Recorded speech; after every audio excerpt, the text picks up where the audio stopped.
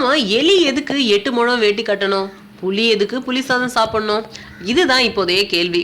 மத்தியில ஆள்ற பாஜக அரசுக்கும் ரஜினிக்கும் இருக்கிற உறவு கும்மிருட்டுல கூலிங் கிளாஸ் போட்டு கொண்டு பார்த்தாலும் தெரியிற உறவுதான். மோடியே வீட்டுக்கு வந்து சௌக்கியமா அப்படின்னு கேட்டுட்டு போகும்போது வெங்கையா நாயுடு வந்திருக்க மாட்டாரா என்ன?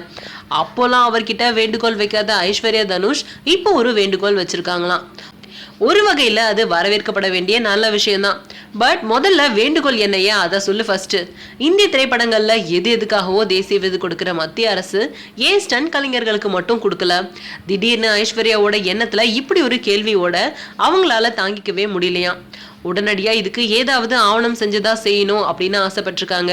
அதுக்கு முன்னாடி அவர் ஒரு படமும் எடுத்துட்டு வராரு. அது ஸ்டன் கலைஞர்களை பத்தின ஆவணப்படம். அப்போ அவர் சந்திச்ச ஸ்டன் கலைஞர்களையும் அவங்களோட கஷ்ட நஷ்டங்களையும் கேட்டு அவங்க அதிர்ந்து போயிருக்காங்களாம். சமீபத்துல சென்னை வந்த மத்திய அமைச்சர் வெங்கையா நாயுடு கிட்ட ஸ்டன் கலைஞர்களுக்கும் தேசிய விருது கொடுங்க அப்படின்னு சொல்லி ஒரு மனு கொடுத்திருக்காரு. ரஜினியோட மகளே சொன்னதுக்கு அப்புறம் அதை பரிசீலிக்காம இருக்க முடியுமா? ஆமா, ஐஸ்வர்யா எடுக்கிற சினிமா வீரன் படத்துல ஸ்டன் வீரர்கள் நடிக்கிறாங்கல்ல.